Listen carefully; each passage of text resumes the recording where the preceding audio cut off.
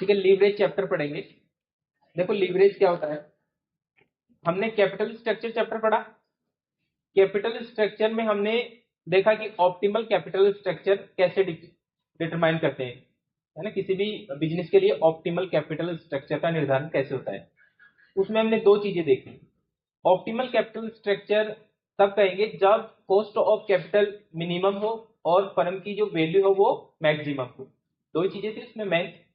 Optimal capital structure किसको बोलेंगे? Optimum capital structure दो चीजें होनी चाहिए, एक तो वो कॉस्ट ऑफ कैपिटल न्यूनतम, मिनिमम कॉस्ट ऑफ कैपिटल, और दूसरा है फर्म की जो वैल्यू हो वो मैक्सिमम हो,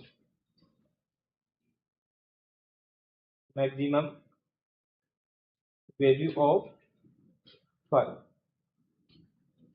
ठीक है, वैल्यू ऑफ फर्म को किससे डिनोट करते थे? हम बी से डिनोट करते थे, और इसको कॉस्ट, ठीक है, कैसे डिनोट करते थे? कॉस्ट ऑफ इक्विटी देखा हमने, cost of retain earning, cost of preference है ना, अलग अलग हमने इंडिविजुअल कॉस्ट देखी। तो एक कंबाइंड जो भी कैपिटल होगी उसकी कॉस्ट जो निकालते हैं वो हमारी कम से कम हो। पहले तो है कि जो भी कैपिटल हमने रेज की है उसकी कॉस्ट क्या हो? मिनिमम हो, कम से कम कॉस्ट हो। और दूसरा है कि जो वैल्यू है फर्म की वो क्या हो? मैक्सिमम हो। अगर ये दोनों चीजें, दोनों एसेंशियल किसी कैपिटल स्ट्रक्चर में है तो हम कहते हैं कि वो कैपिटल स्ट्रक्चर ऑप्टिमम है, ऑप्टिमम कैपिटल स्ट्रक्चर, यानी कि वो अच्छा है।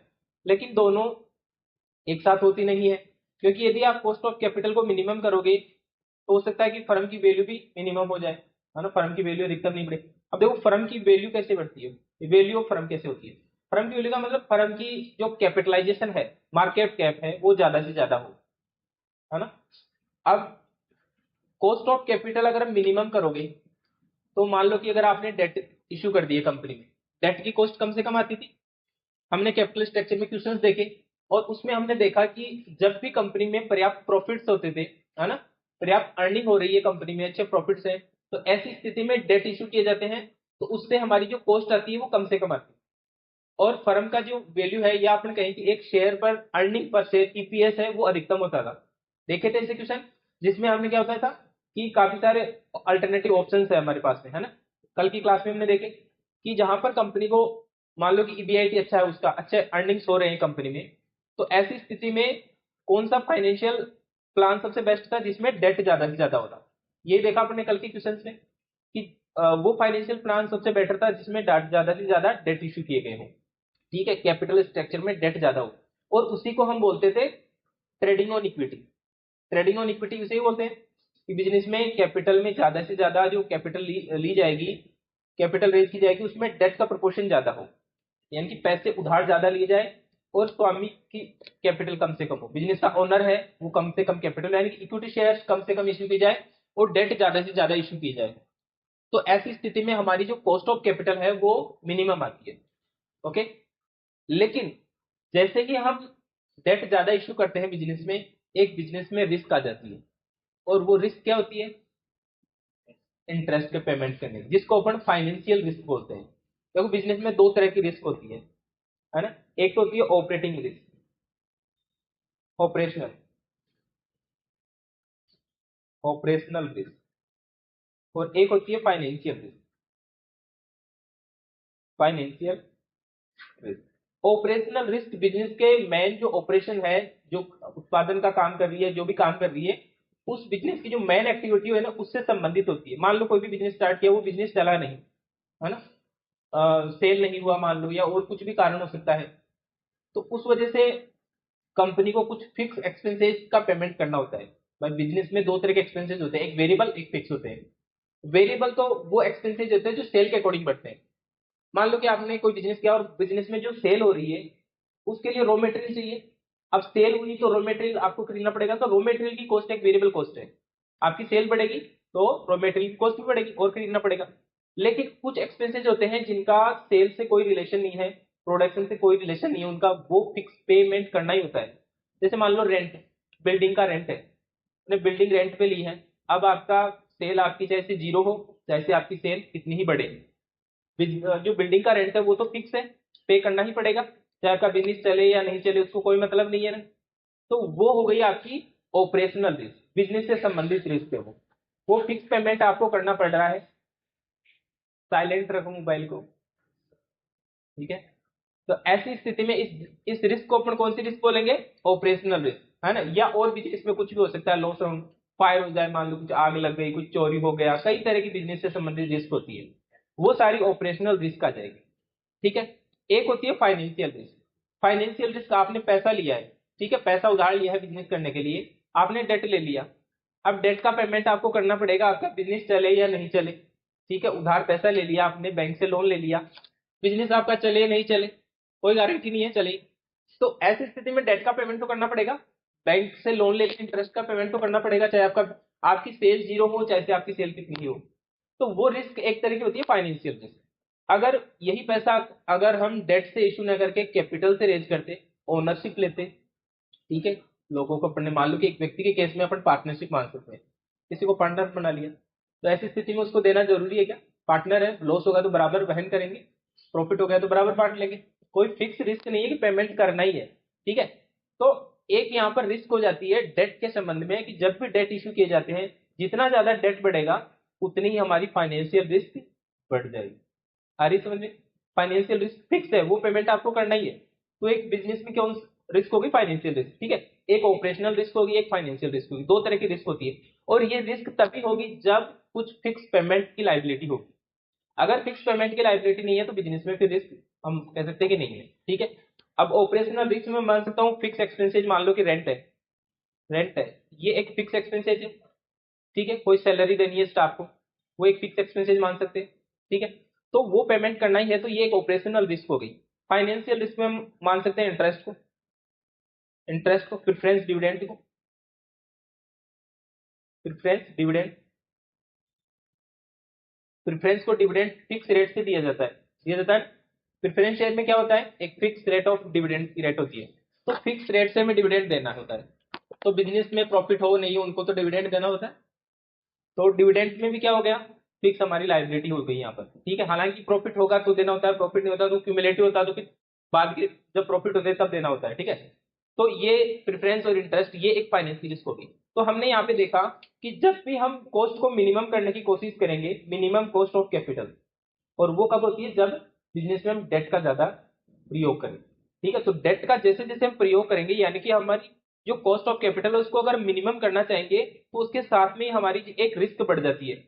ओके, रिस्क किसकी बढ़ेगी, फाइनेंशियल रिस्क बढ़ जाएगी, बढ़ेगी नहीं बढ़ेगी। तो अगर इसको हम कम करना चाहेंगे, इसको कम करना चाह रहे हैं अपन, तो ये अपनी फाइनेंशियल रिस्क है, ये बढ़ जाएगी। और जब भी फाइनेंशियल रिस्क बढ़ती है तो कंपनी की जो मार्केट वैल्यू है वो डाउन हो जाती है, होती है नहीं होती है। किसी भी कंपनी में यदि रिस्क है, उसमें फाइनेंशियल रिस्क है, उस पर कर्जा है, तो उस कंपनी की मार्केट वैल्यू डाउन होगी नहीं होगी, होगी ना। मार्केट में उसके शेयर्स की प्राइस कम हो जाएगी, या अपन कहते हैं ना मार्केट कैपिटलाइजेशन, मार्केट कैप, अपने सुना होगा ये वर्ड, मार्केट कैप, किसी कंपनी का मार्केट कैप ज्यादा होता है, किसी का कम होता है। तो मार्केट में उसकी वैल्यू क्या हो जाती है, कम हो जाती है, ठीक है। तो जैसे ही हम कॉस्ट ऑफ कैपिटल को मिनिमम करना चाहेंगे, तो ये जो वैल्यू ऑफ फर्म है ना, ये भी क्या हो जाएगी, डिक्रीज हो जाएगी, ठीक है, कम हो जाएगी, क्योंकि फाइनेंस रिस्क बढ़ गई हमारी, कंपनी में डेट बढ़ गए, कर्जा बढ़ गया कंपनी में, तो अब उसमें रिस्क हो गई, तो रिस्क हो जाएगी, तो वैल्यू ऑफ फर्म मैक्सिमम के बजाय मिनिमम हो जाएगी, कम होगी इसकी वैल्यू ऑफ फर्म। तो ये दोनों एक तरह से क्या होते हैं, साथ में नहीं बढ़ते, लेकिन फिर भी ऑप्टिमम कैपिटल स्ट्रक्चर में हम थ्योरेटिकल पर्पज से पढ़े, तो मिनिमम कॉस्ट हो और हमारी मैक्सिमम वैल्यू ऑफ फर्म हो, तो उसको हम ऑप्टिमम कैपिटल स्ट्रक्चर देते हैं। अब चीजों एक चीज आपको मैं प्रैक्टिकली बता रहा हूँ कि यहाँ पर आपने देखा कि जैसे जैसे हमारी ये जो कॉस्ट ऑफ कैपिटल है उसको हमने मिनिमम किया, है ना, डेट का ज्यादा प्रयोग किया तब हुई ना। तो डेट का ज्यादा प्रयोग करेंगे तो मैंने बोला कि इससे फाइनेंशियल रिस्क बढ़ती है, और इससे क्या होता है, कंपनी की मार्केट वैल्यू कम हो जाती है। डेट के ज्यादा प्रयोग करने से मार्केट वैल्यू क्या होगी, कम हो जाएगी, ठीक है। इसका एक प्रैक्टिकल दिखाता हूं मैं आपको। गूगल पे चलते हैं, और गूगल पर मैं एक बैंक सर्च कर रहा हूँ, बैंक नहीं, एक कंपनी ले लेते हैं अपन, अडानी कंपनी, ठीक है, अडानी ग्रीन एनर्जी,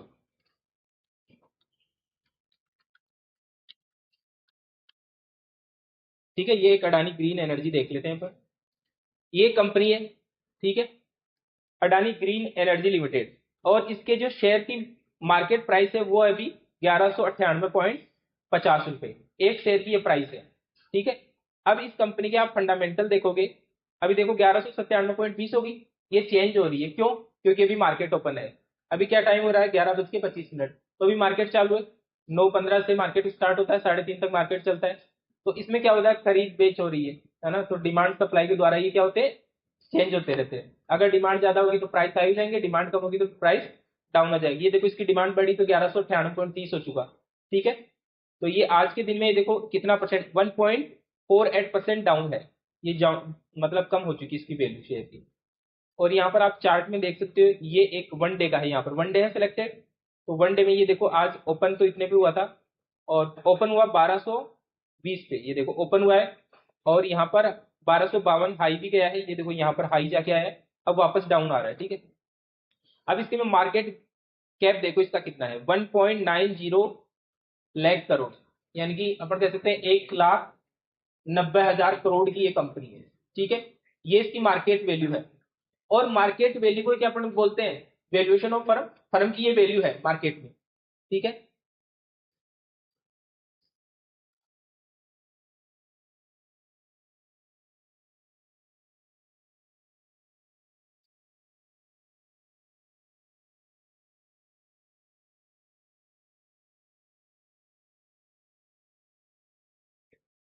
ये देखिए यहाँ पर मार्केट वैल्यू दे रखा है इसका, ये देखो यहाँ पर मार्केट कैप दे रखा है, कितना है? 1,90,519 करोड़, ये मार्केट वैल्यू है उसकी। अब ये मार्केट वैल्यू पे है ना, जैसे जैसे शेयर की प्राइस चेंज होगी ना उसके अकॉर्डिंग चेंज हो जाएगी। और मार्केट कैप कैसे होता है? Share into market price. Share को मार्केट प्राइस से गुना कर दो, नंबर ऑफ शेयर कितने और एक की मार्केट प्राइस कितनी है। मान लो 1000 शेयर है और एक की मार्केट वैल्यू कितनी है? 100, तो 1 लाख की ये इसकी मार्केट कैप हो जाएगी। 1000 शेयर है, एक की मार्केट वैल्यू अपन 100 रुपए माने तो 1 लाख रुपए यहाँ पर मार्केट कैप होगी। तो जैसे जैसे शेयर की वैल्यू चेंज होगी वैसे ही मार्केट कैपिटलाइजेशन चेंज होता रहेगा, ठीक है। तो यहाँ पर इसकी मार्केट वैल्यू देखनी है अपन ने। अब यह मार्केट वैल्यू कुछ समय पहले ज्यादा थी, क्यों? क्योंकि कंपनी में डेट कम थे। अब इस कंपनी का मैंने एग्जांपल इसलिए लिया क्योंकि मुझे पता है इस कंपनी में डेट बढ़े हैं। अब इसका मैं आपको दिखाता हूँ ये फंडामेंटल। यहाँ पर नीचे चलिए, ये इसका चार्ट है, ये तो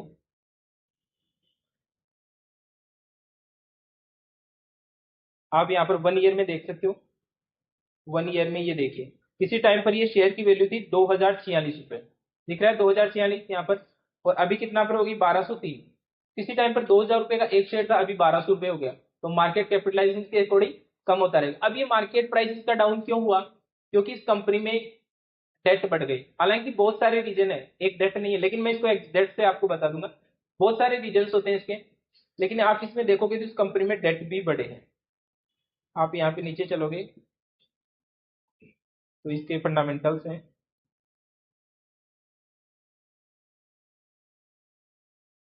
यहाँ पर ये देखिए, increase equity to date,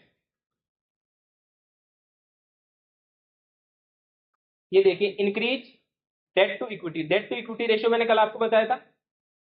date to equity ratio क्या होता है? Debt upon equity, debt upon equity. अब इक्विटी में सारी है कि equity, preference, reserve and surplus. और डेट में ऐसा नहीं कि आप लॉन्ग टर्म लोगे, long term plus short term borrowing दोनों को, है ना। External equities upon internal equities. तो यहाँ पर डेट इक्विटी रेशियो कल मैंने आपको बताया था, वही डेट इक्विटी रेशियो यहाँ पर देखो। Debt equity ratio previous year में कितना था? 9.23, यानी कि 9 गुना ज्यादा डेट है इस कंपनी में।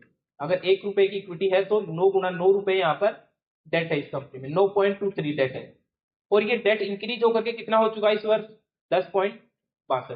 तो डेट इंक्रीज हो गई 9.23 से कितना हो गया? 10.23, यानी कि 10 गुना ज्यादा डेट बढ़ गई, है ना। तो यहाँ पर डेट इंक्रीज हो गई, इंक्रीजिंग टू डेट। तो इसकी वजह से क्या हो गया? शेयर की प्राइस क्या हो गई? कम हो गई। और शेयर की प्राइस कम होगी तो मार्केट वैल्यू क्या हो गई? कम हो गई। उसके अलावा एक कारण और भी है, ऐसा नहीं है कि कंपनी में सिर्फ डेट बढ़ रहे हैं इस वजह से उसकी मार्केट वैल्यू कम हो रही है। कंपनी में अगर प्रॉफिट ही नहीं हो तो, अगर कंपनी में प्रॉफिट नहीं हो, लॉस में चले कंपनी, या प्रॉफिट में अगर डाउनफॉल आए कंपनी में, डिक्रीजिंग प्रॉफिट रहो, तो भी क्या होगे? शेयर की मार्केट वैल्यू क्या हो जाएगी? कम हो जाएगी, ठीक है। तो यहाँ पर देखिए decreasing in return on equity, ROE दिख रहा है। Decreasing in return on equity, ROE का मतलब रिटर्न ऑन इक्विटी। तो ये भी डिक्रीज हो चुका है। कितना डिक्रीज हो चुका है? यहाँ पर देखिए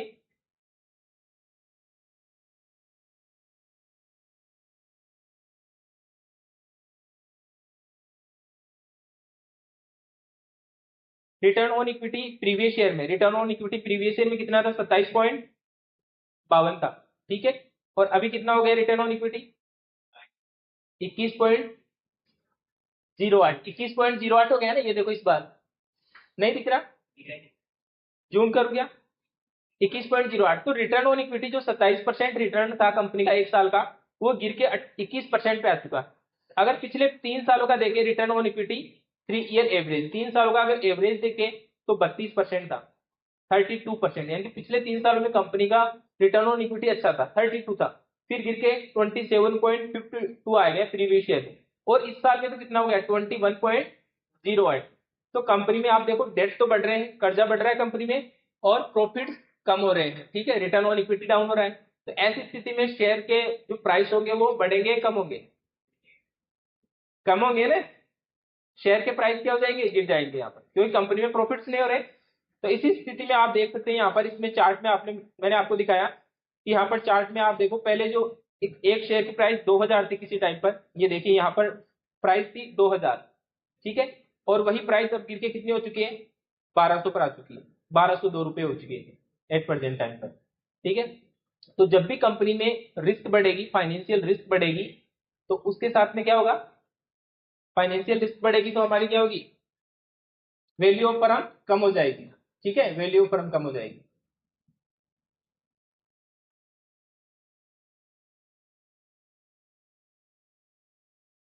ओके, तो जैसे ही हम मिनिमम जो कॉस्ट है उसको मिनिमम करना चाहते हैं, तो इस स्थिति में क्या होता है, वैल्यू ऑफ फर्म भी कम हो सकती है। तो अभी यहाँ पर हमने दो तरह की रिस्क देखी, एक ऑपरेटिंग रिस्क है और एक क्या है, फाइनेंशियल रिस्क है। ऑपरेटिंग रिस्क बिजनेस से संबंधित होती है, अगर बिजनेस में कोई फिक्स कॉस्ट आ रही है तो ऑपरेटिंग रिस्क हो जाएगी यहाँ पर, ठीक है। और फाइनेंशियल रिस्क तब होगी जब कोई फाइनेंशियल फिक्स कॉस्ट आती है। तो दो तरह की फिक्स कॉस्ट हो गई यहाँ पर, एक तो क्या होगी ऑपरेटिंग फिक्स कॉस्ट और एक फाइनेंशियल फिक्स कॉस्ट, ठीक है। फिक्स कॉस्ट, दो तरह की फिक्स कॉस्ट होगी,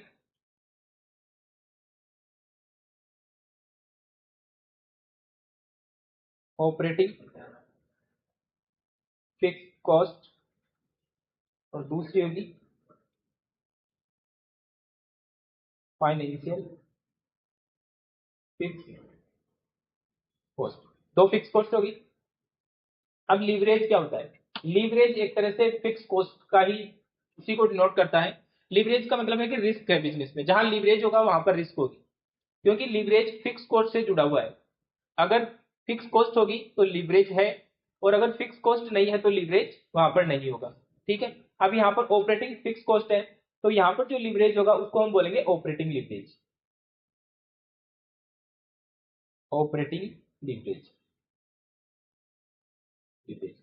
अगर बिजनेस में फाइनेंशियल फिक्स कॉस्ट है, ठीक है, फाइनेंशियल फिक्स कॉस्ट इंटरेस्ट के रूप में, इंटरेस्ट प्रेफरेंस ड्यूरेट, अगर ये दोनों है तो बिजनेस में फाइनेंशियल लीवरेज होगा, ठीक है। फाइनेंशियल फिक्स कॉस्ट होगी तो बिजनेस में फाइनेंशियल लीवरेज होगा, financial leverage.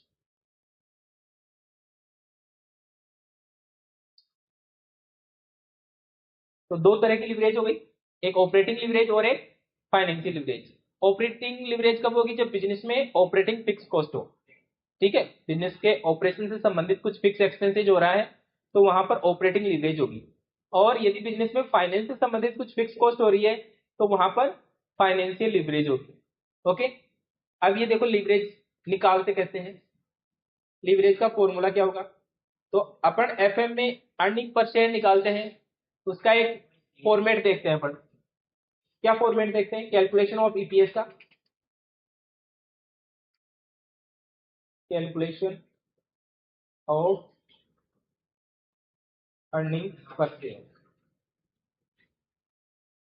Share earning per share निकालने का क्या होता है, फॉर्मेट क्या होता है, सबसे पहले ऊपर सेल लिखते हैं, फिर उसके बाद में एक्सपेंसेस लेस करते हैं, सेल्स, ये हमने कुछ भी सेल्स मान ली, मैं इसको मान ले लेता हूँ कुछ एग्जांपल के तौर पर, इसको 1 लाख रुपए मान लेते हैं सेल।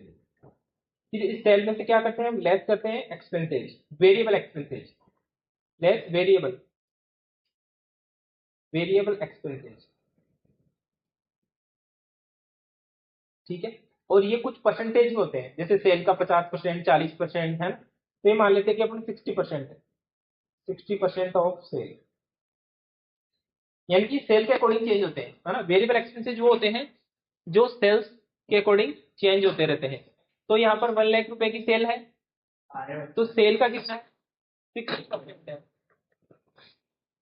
सेल का 60% है यहाँ पर, तो ये कितना हो जाएगा, अरे उधर मत देखो, इधर देखो आप, ठीक है, आओ इधर आओ। और कौन आ रहे हैं, और भी आ रहे हैं,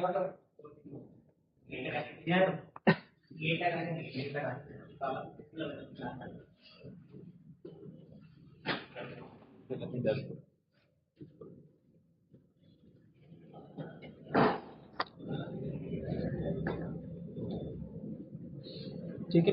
तो वेरिएबल एक्सपेंसेस सेल के अकॉर्डिंग चेंज होती है, ये अपन ने एज्यूम कर लिया कि 60% है सेल का, तो यहाँ पर 60% कितना हो जाएगा, ये 60,000 रुपये हो जाएगा, ठीक है। ये हम माइनस कर देंगे, बचता है, इसको हम बोलते हैं कॉन्ट्रीब्यूशन, इसको बोलते हैं कॉन्ट्रीब्यूशन। कॉन्ट्रीब्यूशन, कॉन्ट्रीब्यूशन क्या होता है, sale minus variable cost. Contribution को सी से डिनोट करते हैं, सेल कॉन्ट्रीब्यूशन बराबर सेल माइनस वेरिएबल कॉस्ट, ठीक है। Sale minus variable cost equal to contribution. अब कॉन्ट्रीब्यूशन के बाद में हम लेस करते हैं फिक्स कॉस्ट, फिक्स कॉस्ट, ये नया चैप्टर स्टार्ट कर लिवरेज, ठीक है। कमिंग क्लास का टाइम तो 11 बजे है,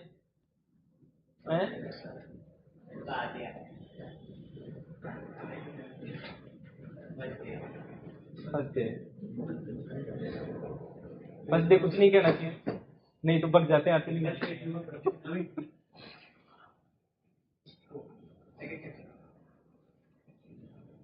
अरे बुक को बंद करो, आप बुक को क्यों देखते हो, बुक क्लोज, इधर देखो सिर्फ आप। हाँ। तो सेल हमने एज्यूम कर ली, वेरिएबल कॉस्ट 60%, 60,000 रुपये हुए, 40,000 रुपये कॉन्ट्रीब्यूशन हो गया। फिक्स कॉस्ट मान लेते हैं अपन 20,000 रुपये, 20,000 रुपये फिक्स कॉस्ट हमने मान ली, और यहाँ पर कितना बचेगा, ये बच जाएगा 20,000 रुपये, और इसको बोलेंगे हम ऑपरेटिंग प्रॉफिट, ऑपरेटिंग प्रॉफिट, या इसको ईबीआईटी भी बोल सकते हैं। अब यहां तक देखो, जो भी हमें रेवेन्यू जनरेट हुआ है, रेवेन्यू किसको बोलते हैं, सेल को, ठीक है। सेल्स के द्वारा जो भी पैसा आया है, बिजनेस का जो मेन ऑपरेशन है, वो सारे एक्सपेंसेस हमने लेस कर दिए, वेरिएबल एक्सपेंसेस और फिक्स एक्सपेंसेस, ये दोनों ही बिजनेस से संबंधित एक्सपेंसेस है। तो बिजनेस बिजनेस का जो मेन ऑपरेशन था, उसके सारे खर्चे हमने माइनस कर दिए। अब जो माइनस करेंगे वो बिजनेस से संबंधित नहीं होंगे, जैसे मान लो कि इंटरेस्ट, इंटरेस्ट का पेमेंट करना है, वो एक फाइनेंस की कॉस्ट है, ठीक है। बिजनेस में पैसा उधार लिया है, फाइनेंस की कॉस्ट है। गवर्नमेंट को टैक्स देना है, तो वो भी अलग, वो भी बिजनेस से संबंधित नहीं है, तो वो पेमेंट हम करेंगे। तो यहाँ तक बिजनेस के ऑपरेशन का काम खत्म हो जाता है, ठीक है। तो लीवरेज भी यहाँ तक निकलेगी, पहली लीवरेज ऑपरेटिंग लीवरेज, फिर दूसरी होती है फाइनेंशियल लीवरेज, ठीक है। अभी इसको आगे देखते हैं।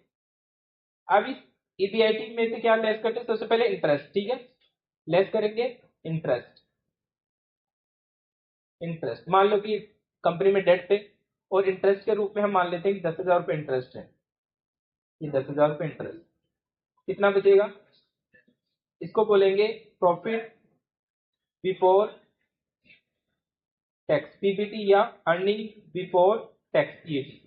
अब करेंगे हम लेस टैक्स, कितना परसेंट मानोगे, 30 ही मानना है, क्वेश्चन में 30 ही आ रहा है, ठीक है। तो ये चलो 30% टैक्स मान लेते हैं, तो 3,000 रुपये टैक्स के हो जाएंगे, कितना बचेगा, 7,000 रुपये। ये क्या हो जाएगा, प्रॉफिट आफ्टर टैक्स या अर्निंग आफ्टर टैक्स, ईएटी, ठीक है, ईएटी या पीएटी, ठीक है। सारे एक्सपेंसेस माइनस कर दिए। अब यहाँ पर मैंने आपको बताया कि दो तरह की रिस्क होती है, एक रिस्क होती है ऑपरेटिंग रिस्क, और एक होती है financial risk. Operating risk business के ऑपरेशन से संबंधित होती है, और रिस्क तभी होगी जब अपन को कुछ न कुछ फिक्स पेमेंट करना होगा, ठीक है। फिक्स पेमेंट नहीं करना तो कोई रिस्क नहीं है, ठीक है। वेरिएबल कॉस्ट का पेमेंट करना होता है, वो रिस्क है क्या, नहीं है रिस्क, हालांकि पेमेंट तो करना है, लेकिन इतनी बड़ी रिस्क नहीं है। मटेरियल को खरीदना है, उसके लिए पेमेंट करना है, तो मटेरियल को खरीदो, मटेरियल बिकेगा भी तो सही, फिनिश गुड्स होगा, प्रोडक्ट बिकेगा, प्रोडक्ट बिका, पैसे है उससे और खरीद लेंगे, तो वो कोई बड़ी रिस्क नहीं है। लेकिन जहां पर बिजनेस नहीं चल रहा है, बिजनेस बंद है, वहां पर फिक्स कॉस्ट आ रही है, वो दिक्कत है, वो रिस्क है। तो यहाँ पर एक फिक्स कॉस्ट आती है, और यहाँ पर फाइनेंशियल रिस्क में भी फाइनेंस की फिक्स कॉस्ट आती है इंटरेस्ट के रूप में। तो यहाँ पर इसमें आप देखोगे तो आपको दो तरह की यहाँ पर फिक्स कॉस्ट दिख रही होगी, दिख रही है, कौन कौन सी? एक तो फिक्स कॉस्ट लिखा हुआ ही है, ठीक है, कहां पर है, ये रहा फिक्स कॉस्ट, इसका पेमेंट करना ही होगा, ये एक तरह की बिजनेस में रिस्क है। और एक आपको दिख रहा है इंटरेस्ट, इसका पेमेंट करना होगा, ये भी एक तरह की रिस्क है। तो दो बिजनेस में बड़ी रिस्क हो गई, तो इसी को बोलेंगे हम ऑपरेटिंग लिवरेज, और इसी को बोलेंगे हम नीचे वाली को फाइनेंशियल लिवरेज। अब इसका फॉर्मूला कैसे निकालते हैं? इसका फॉर्मूला होता है ऑपरेटिंग लिवरेज का, ओपी ऑपरेटिंग लिवरेज का बता रहा हूं मैं, कॉन्ट्रीब्यूशन अपॉन ईबीआई, और ईबीआईटी को अपन ऑपरेटिंग प्रॉफिट भी बोल सकते हैं, कॉन्ट्रीब्यूशन डिवाइड कर दोगे ईबीआईटी, ठीक है, ये इसका फॉर्मूला है। याद करने का सिंपल तरीका बताऊं, फिक्स कॉस्ट की वजह से होती है लिवरेज, फिक्स कॉस्ट बिजनेस में है तो लिवरेज है, नहीं तो नहीं है। तो फिक्स कॉस्ट आपको यहां देखी, अब इस फिक्स कॉस्ट के ऊपर क्या है, बताओ क्या है, कॉन्ट्रीब्यूशन, तो ऊपर कॉन्ट्रीब्यूशन आ गया यहाँ पर, ठीक है, ये कॉन्ट्रीब्यूशन। और फिक्स कॉस्ट के नीचे क्या है, ईबीआईटी, तो यहाँ पर नीचे क्या आ गया, ईबीआईटी, सिंपल। फिक्स कॉस्ट के ऊपर क्या आता है, कॉन्ट्रीब्यूशन, ठीक है, सेल में से वेरिएबल कॉस्ट को माइनस करते हैं, कॉन्ट्रीब्यूशन आता है, तो कॉन्ट्रीब्यूशन, कॉन्ट्रीब्यूशन के बाद में हम फिक्स कॉस्ट को लेस करते हैं, तो ईबीआईटी आता है। तो ऑपरेटिंग लिवरेज का सिंपल फॉर्मूला है कि फिक्स कॉस्ट के ऊपर देखिए क्या है, ऊपर आपको दिखेगा कॉन्ट्रीब्यूशन, यहाँ पर है 40,000, और फिक्स कॉस्ट के नीचे देखोगे तो आपको दिखेगा ऑपरेटिंग प्रॉफिट या ईबीआईटी, ये है 20,000। तो यहाँ पर कॉन्ट्रीब्यूशन आ जाएगा 40,000, और फिक्स कॉस्ट आ जाएगा वो ईबीआईटी कितना आ जाएगा, 20,000। इसको इसमें भाग दे दिए तो कितना आ गया, 2। तो ऑपरेटिंग लीवरेज कितना हो गया, 2। अब ऑपरेटिंग लीवरेज ऑपरेटिंग रिस्क से संबंधित है, यानी कि 2 गुना यहाँ पर। अब इस ये किसको रिप्रेजेंट करता है, यह ऑपरेटिंग लीवरेज ये बताता है कि यदि आप सेल में 1% चेंजेस करोगे, ये सेल है ना, इसमें अगर आप 1% चेंज करोगे तो ये जो ईबीआईटी है इसमें 2% चेंजेस हो जाएगा, 2 टाइम्स। यदि आप यहाँ पे 1 गुना बढ़ाओगे तो यहाँ पर ये 2 गुना ईबीआईटी बढ़ जाएगा। ये फॉर्मूला समझ में आ गया, याद रह जाएगा। फिक्स कॉस्ट, फिक्स कॉस्ट की वजह से लिवरेज होगा, ठीक है। ऑपरेटिंग लिवरेज में ऑपरेटिंग फिक्स कॉस्ट होती है, तो ऑपरेटिंग फिक्स कॉस्ट के ऊपर देखिए क्या आता है, कंट्रीब्यूशन आता है, सेल वेरिएबल कॉस्ट लेस की कंट्रीब्यूशन आ गया, तो कंट्रीब्यूशन डिवाइड बाय ईबीआईटी। एक इसका फॉर्मूला ऐसे भी लिख सकते हो आप कि ये कंट्रीब्यूशन और कंट्रीब्यूशन माइनस फिक्स्ड कॉस्ट, बात वही है, ठीक है। कंट्रीब्यूशन में से फिक्स कॉस्ट को माइनस कर दो तो क्या आता है, ईबीआईटी, कंट्रीब्यूशन, और नीचे हम क्या करेंगे, कंट्रीब्यूशन में से कोई जो फिक्स एक्सपेंसेस है उसको माइनस कर देंगे, तो एक ये फॉर्मूला हो जाएगा, contribution upon contribution minus fix cost. Okay, operating leverage का फॉर्मूला हो गया। अब ये किसको बताता है, ये डिग्री ऑफ ऑपरेटिंग लिवरेज। देखो डिग्री क्या बताया था, डिग्री ये बताता है कि सेल में कितना, सेल में चेंजेस करने से आपकी ईबीआईटी में क्या चेंजेस होगा। अब देखो यहाँ पर ये सेल है, इस सेल में चेंजेस करने से आपकी ईबीआईटी में कितना प्रतिशत चेंज होगा, क्योंकि इससे नीचे तो क्या हो जाता है, फाइनेंशियल पार्ट चालू हो जाता है, ठीक है, फाइनेंस की कॉस्ट आ जाती है, इंटरेस्ट की। तो ईबीआईटी से ऊपर ऊपर का ही मामला है ऑपरेटिंग का, ठीक है।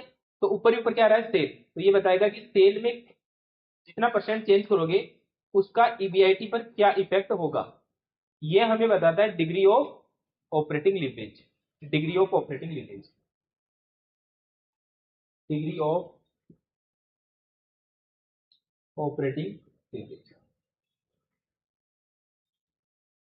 DOL। ये क्या बताएगा, ये बताएगा percentage changes in, percentage change in EBIT divide by percentage change in sale, यानी कि आप सेल में जो चेंजेस करोगे उसका ईबीआईटी पर क्या इफेक्ट पड़ेगा, वो हम डिग्री ऑफ ऑपरेटिंग लिवरेज से निकालते हैं, ठीक है। और ये ऑपरेटिंग लिवरेज के द्वारा भी निकाला जा सकता है, इसको चलो एक यहाँ पर इसी क्वेश्चन से बता देता हूं मैं। यहाँ पर अपना ऑपरेटिंग लिवरेज कितना आया था, ऑपरेटिंग लिवरेज कितना आया था इस क्वेश्चन में, 2 आया था, क्योंकि यहाँ पर कॉन्ट्रीब्यूशन देखो कितना है 40,000 और ईबीआईटी कितना है 20,000, ये 40,000 और यहाँ पर ईबीआईटी 20,000, तो कितना आ गया 2। तो ये 2 क्या बताएगा कि यदि आप सेल में 1% चेंज करोगे तो आपके ईबीआईटी में 2% चेंज हो जाएगा। यदि आप सेल में 1 टाइम चेंज करोगे तो यहाँ पर ईबीआईटी में 2 टाइम्स चेंज हो जाएगा। अब इसको प्रैक्टिकल देखें, यहाँ पर सेल को बढ़ा दें, सेल को अपन यहाँ पर बढ़ा देते हैं 20%। कितना परसेंट बढ़ा दिया अपन ने 20%, तो 1,00,000 का 20% कितना हुआ 20,000 रुपए। तो सेल हमारी न्यू सेल कितनी आएगी 1,20,000 कितनी होगी। अब लेस करेंगे वेरिएबल एक्सपेंसेस जो कितना है 60% ऑफ सेल, ये देखो 60% ऑफ सेल, तो सेल कितनी 1,20,000, इसका 60% कितना हो गया 72,000, कितना हो जाएगा 72,000। तो कंट्रीब्यूशन कितना बचेगा, ये कंट्रीब्यूशन माइनस कीजिए कितना बचेगा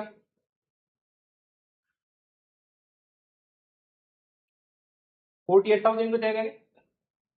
कितना ही हुआ क्या, ये कंट्रीब्यूशन हो चुका। अब इसमें से लेस क्या करेंगे फिक्स कॉस्ट, फिक्स कॉस्ट कितनी है 20,000, ये तो नहीं पड़ेगी ना, ये सेल बढ़ाने से नहीं पड़ेगी, ये तो फिक्स है, ये 20,000 फिक्स कॉस्ट। तो ये क्या हो गई हमारी ईबीआई, ईबीआई कितना आ जाएगा 28,000, ठीक है 28,000। पहले ईबीआईटी कितनी थी 20,000, ओके। अब ईबीआईटी कितनी हो गई 28,000, कितनी बढ़ गई 8,000 इंक्रीज हो गई।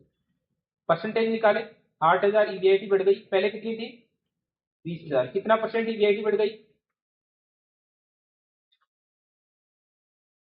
40% ईबीआईटी बढ़ गई। अपन ने सेल में कितना परसेंट बढ़ाया था 20%, सेल में 20% बढ़ाया तो ऑपरेटिंग लीवरेज कितना था 2।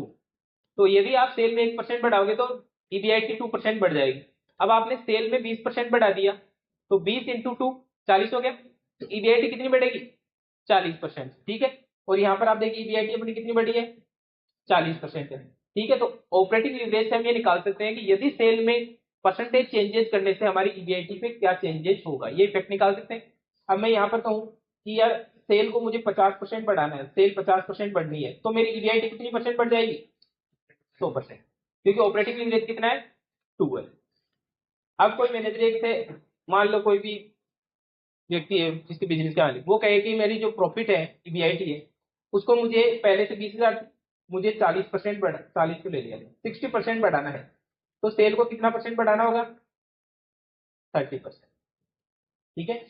30% सेल को बढ़ाओगे तो आपके प्रॉफिट कितना हो जाएंगे 60% हो जाएगा, क्योंकि ऑपरेटिंग लीवरेज कितना है 2 है। अगर ऑपरेटिंग लीवरेज अगर 5 हो तो फिर सेल में अगर 1% चेंज करोगे तो आपकी ईबीआईटी में 5% चेंज हो जाएगा। अगर आप सेल में 10% चेंज करोगे तो ईबीआईटी में 50% चेंज हो जाएगा। यानी कि छोटा सा चेंजेस करोगे ना अगर आप, तो उसका ईबीआईटी पर बहुत ज्यादा प्रभाव पड़ेगा, क्योंकि आपकी जो ऑपरेटिंग लीवरेज है ना वो दिक्कत है।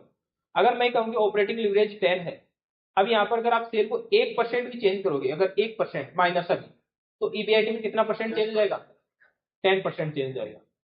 तो ये इंक्रीज के संबंध में नहीं होता, ये डिक्रीज में भी ऐसे लागू होगा। अगर आपकी सेल 1% घट गई है और यदि ऑपरेटिंग लीवरेज 10 है तो आपकी ईबीआईटी 10% डाउन हो जाएगी, ऐसा नहीं है बढ़ता ही है।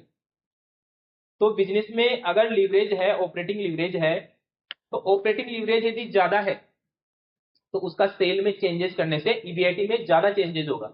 यदि लीवरेज कम है, ऑपरेटिंग लीवरेज कम है, तो सेल में अब चेंजेस करेगा उसका ईबीआईटी पर कम इफेक्ट पड़ेगा। ओके समझ गए। तो ये हमने देख लिया डिग्री ऑफ ऑपरेटिंग लीवरेज। अब इसी क्वेश्चन में हम फाइनेंशियल लीवरेज देखते हैं।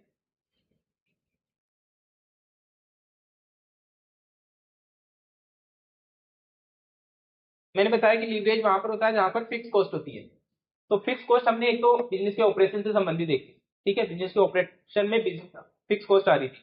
आपको दूसरी फिक्स कॉस्ट कहाँ पे दिख रही है इंटरेस्ट के रूप में, तो ये फाइनेंस की फिक्स कॉस्ट है। तो ये जो लीवरेज होगी वो हो जाएगी अपनी फाइनेंशियल लीवरेज। क्या हो जाएगी फाइनेंशियल लीवरेज। और इसका फॉर्मूला भी वही होगा जो ऑपरेटिंग में हुआ है वैसे ही।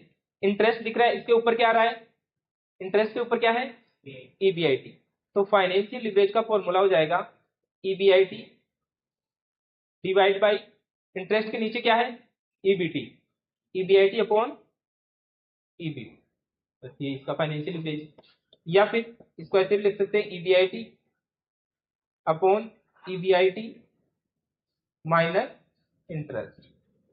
जैसे इसमें फिक्स कॉस्ट किया था वैसे इसमें इंटरेस्ट कर देंगे, तो इंटरेस्ट ही तो माइनस किया अपन ने यहाँ पे, देखो ये EBIT थी, इसमें से ये इंटरेस्ट माइनस कर दिया तो ये EBIT आ गई। ठीक है, तो EBIT यहाँ पर नीचे लिखा मैंने EBT कैसे निकलता है, EBIT में से इंटरेस्ट को लेस कर दो EBT आ जाएगा, इंटरेस्ट गाइड कर दो, तो ये हमारा फाइनेंशियल लीवरेज हो गया फॉर्मूला। ठीक है, भूल जाओ तो ये आपको ये पैटर्न तो पता रहता है कैसे निकालते हैं FM में अपन। सीधा देखो फिक्स कॉस्ट कहाँ पर आ रही है, ऊपर जो वैल्यू आ रही है नीचे वैल्यू लिखो, ऑपरेटिंग लीवरेज फाइनेंस में लिखोगे, फाइनेंस में ऊपर वाली और नीचे वाली वैल्यू जो होगी तो फाइनेंशियल लीवरेज आ जाएगा। ठीक है, अब आपका एक क्वेश्चन हो सकता है कि सर प्रेफरेंस डिविडेंड का क्या, प्रेफरेंस डिविडेंड का क्या, वो भी तो फिक्स है, होता है प्रेफरेंस डिविडेंड भी फिक्स होता है, तो उसका भी एडजस्टमेंट। अगर क्वेश्चन में प्रेफरेंस डिविडेंड नहीं है तो ये दोनों फॉर्मूले ले लेंगे, अगर प्रेफरेंस डिविडेंड है तो क्या करेंगे, यहाँ पर हमने इंटरेस्ट माइनस किया ना, तो इसी जगह प्रेफरेंस डिविडेंड और माइनस कर देंगे। फाइनेंशियल लीवरेज का अगर प्रेफरेंस डिविडेंड है तो formula EBIT upon EBIT minus interest को तो हमने लेस किया ना, और प्रेफरेंस डिविडेंड को भी हम लेस कर देंगे, लेकिन 1 माइनस टैक्स रेट से डिवाइड करके। क्यों, क्योंकि प्रेफरेंस डिविडेंड पर क्या होता है, टैक्स का पहले ही पेमेंट हो जाता है, तो टैक्स के बाद की वो कॉस्ट आती है, तो उसको भी बिफोर करना है, तो 1 माइनस टैक्स रेट से डिवाइड कर देंगे तो बिफोर कॉस्ट आ जाएगी उसकी, है ना, बिफोर प्रेफरेंस डिविडेंड कितना होगा। तो यहाँ पर EBIT upon EBIT minus interest minus preference dividend upon 1 minus T, ये फॉर्मूला हो जाएगा अगर प्रेफरेंस डिविडेंड है तो। अगर नहीं है तो EBIT अपॉन EBT या EBIT upon EBIT minus interest, ये फॉर्मूला हो जाएगा। अब इसका formula degree of financial leverage, जैसे हमने क्या देखा था डिग्री ऑफ ऑपरेटिंग लीवरेज देखा, वैसे ही हम देखेंगे degree of financial leverage, degree of financial leverage, leverage FDFL, और ये किसको रिप्रेजेंट करता है, ये बताता है कि आपकी EBIT में चेंजेस करने से आपकी अर्निंग पर शेयर पर क्या इफेक्ट पड़ेगा। Percentage change in earning, earning per share, इसको हम शॉर्ट में क्या बोलते हैं EPS। तो परसेंटेज चेंजेस इन EPS अपॉन परसेंटेज चेंज इन EBIT। देखो यहाँ पर डिग्री ऑफ फाइनेंशियल लीवरेज में सेल से कहां तक का लेवल बताया, सेल में चेंजेज होने से EBIT में क्या चेंजेज होगा। अब फाइनेंशियल लीवरेज यहां से स्टार्ट होता है, तो EBIT में 1% चेंजेस करने से आपके EPS पर क्या इफेक्ट पड़ेगा, क्योंकि EAT हो गया ना, इसी को हम नंबर ऑफ शेयर से डिवाइड करते हैं तो क्या आ जाता है EPS आ जाता है, या आप इसको EAT भी बोल सकते हैं, परसेंटेज चेंज इन EAT। ठीक है, तो ये इफेक्ट बताएगा यहाँ पर percentage change in EPS earning per share and divide by percentage change in EBIT, यानी कि EBIT में चेंजेस करने से आपका अर्निंग पर शेयर पर क्या इफेक्ट पड़ेगा। अब यही भी उसके जैसा ही है, अगर मान लो कि डिग्री ऑफ फाइनेंशियल लीवरेज 2 आ रहा है, इसका मतलब है कि अगर आप EBIT में 1% चेंजेस करोगे तो आपके अर्निंग पर शेयर पे 2% चेंजेस होगा। ठीक है, यहाँ पर इस केस में हमने देखा यहाँ पर 2% था, तो हमने 20% सेल को बढ़ाया तो हमारा EBIT 40% बढ़ गया। ठीक है, ये EBIT कितना बढ़ गया था हमारा, 40% बढ़ चुका था यहाँ पर।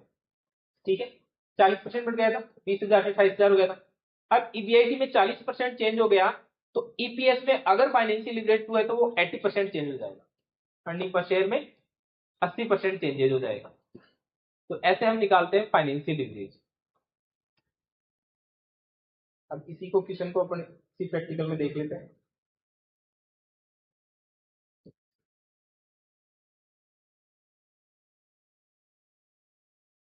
यहाँ पर ये कितना परसेंट बढ़ चुका है, 40%।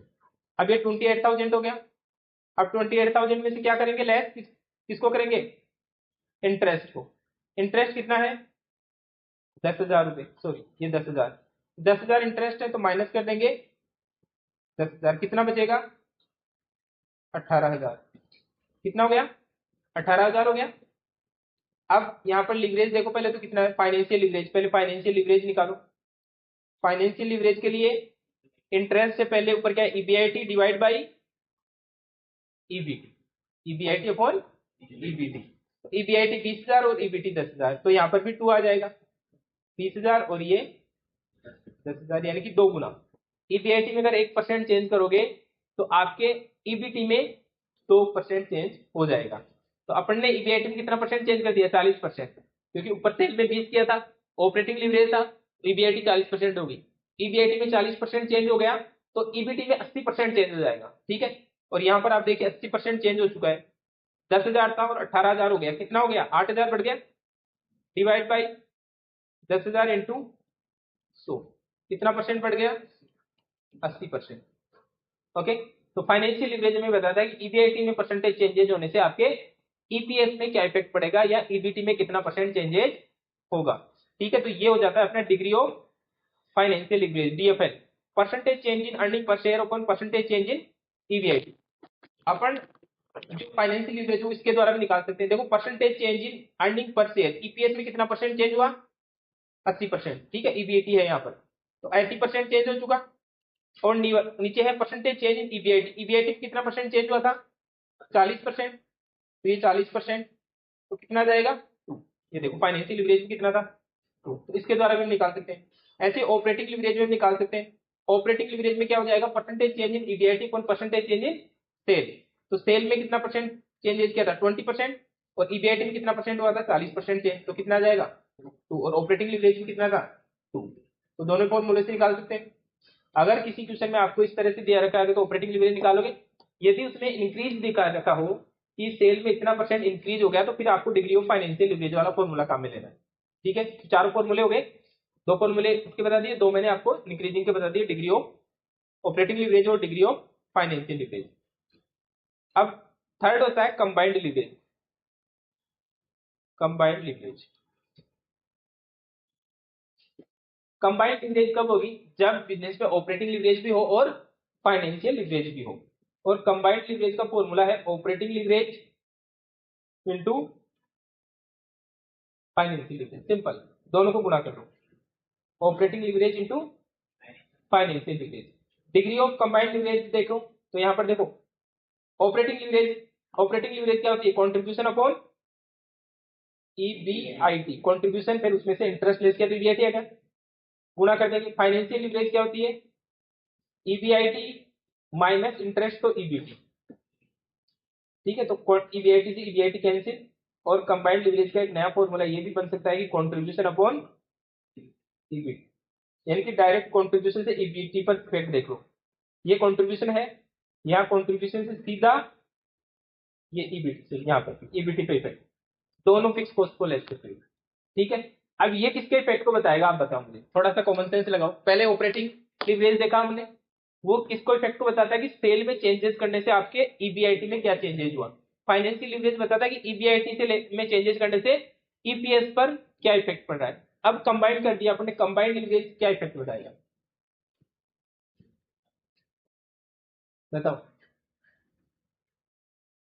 अरे सिंपल है, सेल में चेंजेस होने से टॉप टू बॉटम पे चले जाओ ना। अब आप पहले टॉप से बीच में आ रहे थे, ठीक है, सेल से ईबीआईटी पे आए, और फाइनेंशियल लिवरेज में हम ईबीआईटी से ईबीटी पर जा रहे थे।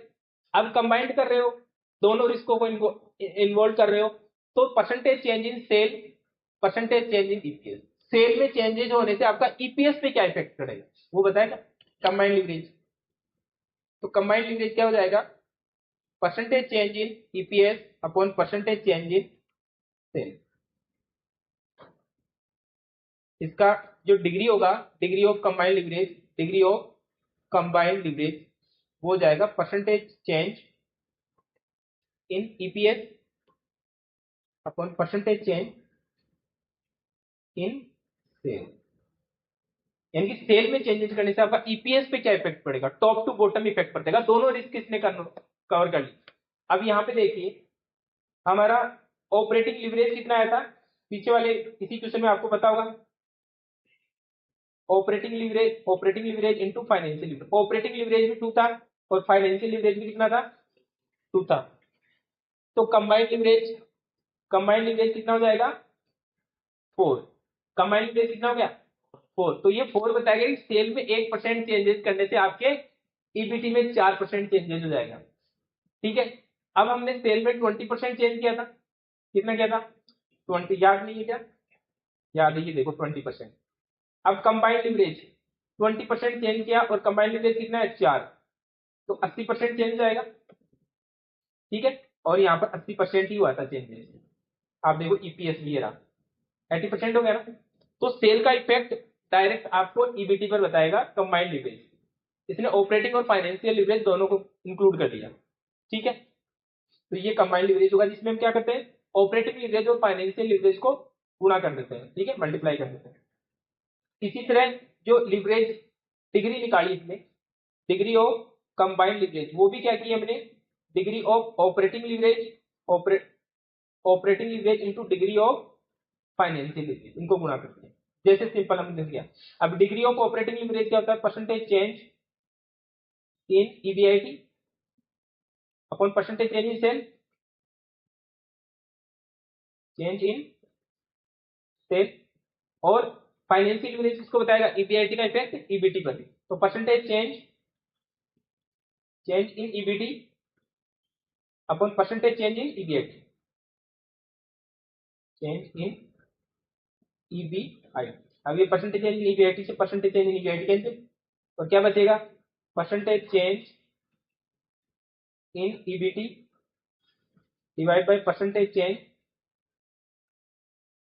इन sales, percentage change in EBT upon percentage change in sales, percentage change in combined leverage. EPS बोल दो चाहे आप ईबीटी बोल दो, है ना, EBT upon percentage change in sale. ठीक है, यानी कि सेल में चेंजेज होने से ईपीएस पे, लेकिन उल्टा मत कर देना, आपको ये याद रह जाएगा कि सेल में चेंजेज होने से ईपीएस में, तो सेल को ऊपर और उसको नीचे मत कर देना, नहीं गलत हो जाएगा फॉर्मूला। ठीक है, यहाँ पर बॉटम वाली जो चीज है उसको ऊपर रखना है, percentage change EBT upon percentage change in sales, bottom और टॉप। ये किसको बताएगा कंबाइंड लीवरेज बताएगा, डिग्री ऑफ कंबाइंड लीवरेज। ठीक है, सेल में चेंजेस होने से आपका ईबीटी में क्या चेंजेस होगा, और सेल में चेंजेस होने से ईबीआईटी में क्या चेंजेस होगा, ये कौन बताएगा, sale to EBIT operating leverage, और ईबीआईटी का चेंजेस ईबीटी पर देखना चाहिए तो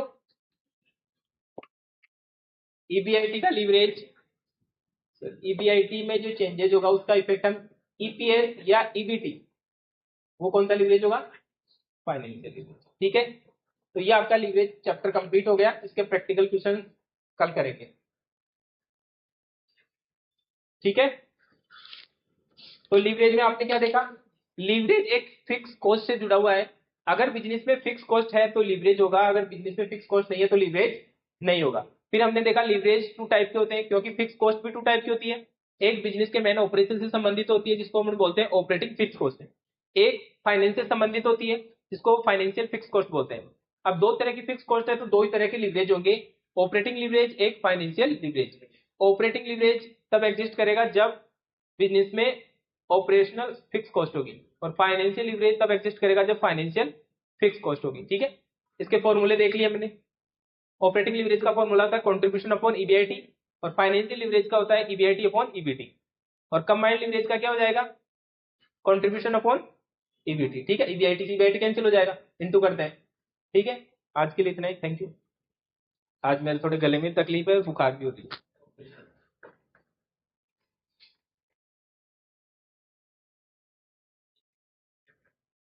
क्या हुआ प्रैक्टिकल बाकी है, बाकी को आपको मैंने थ्योरी कंसेप्ट समझा दिया, आप एक बार पढ़ लेना चाहिए बुक, क्वेश्चन हो जाएंगे, और कल प्रैक्टिकल क्वेश्चन कर लेंगे इसके। ठीक है, हाँ बंद कर।